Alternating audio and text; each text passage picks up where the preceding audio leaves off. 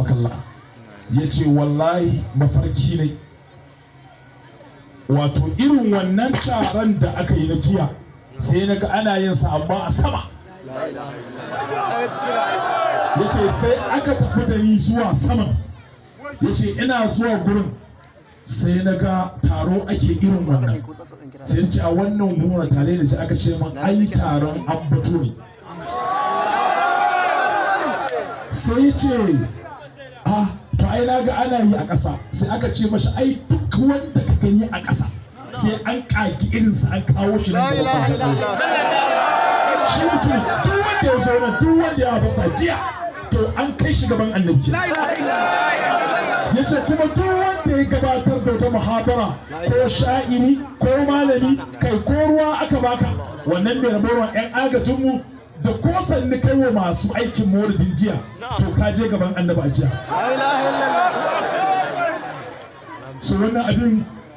ya ɗaga mu hankali kwarai kuma ya ƙara ba mu nutsuwa cikin aikin da muke wa manzo Allah dama mu kamar yadda nake faɗi ne ko ca akai annabi ya hana maulidi wallahi sai mun yi saboda alhurmatu aula min at-ta'a gaskiya ne ka ce wani ya ce in annabi ya hana abu zai yi wallahi sai na yi na yi da ta yi girma manzan Allah akwai dalilai akan haka ko akwai dalilai farkatai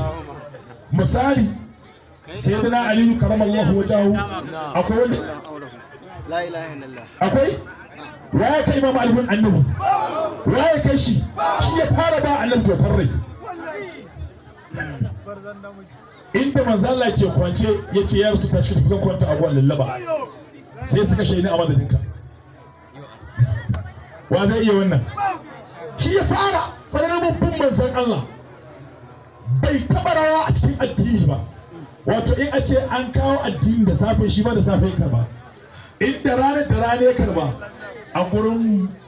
ku kenan amma mu a gurin mu muna tare da shi Tijjani cikin Jawahirul Ma'ani ko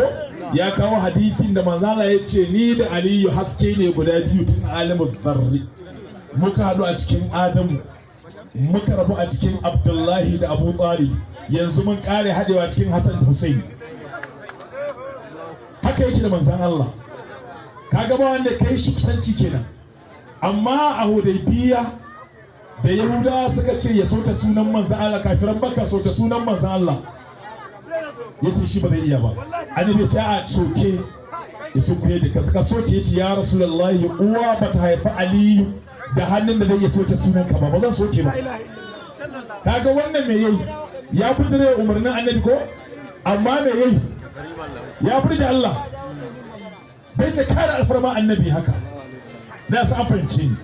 dan ya kare alfarma annabi Hassan ibn Thabit bazalla ya hana idan me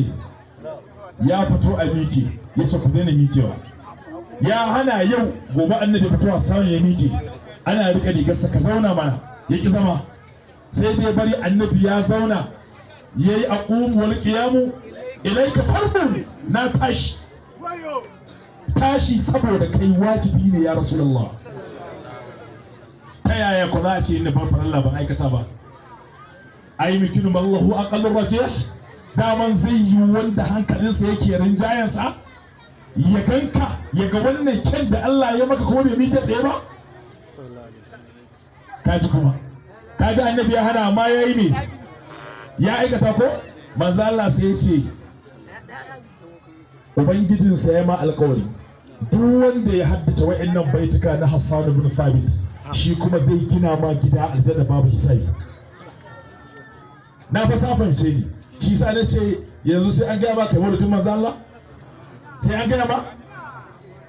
za mu ta yi mun gode Allah akan yaqini muke tafiya wallahi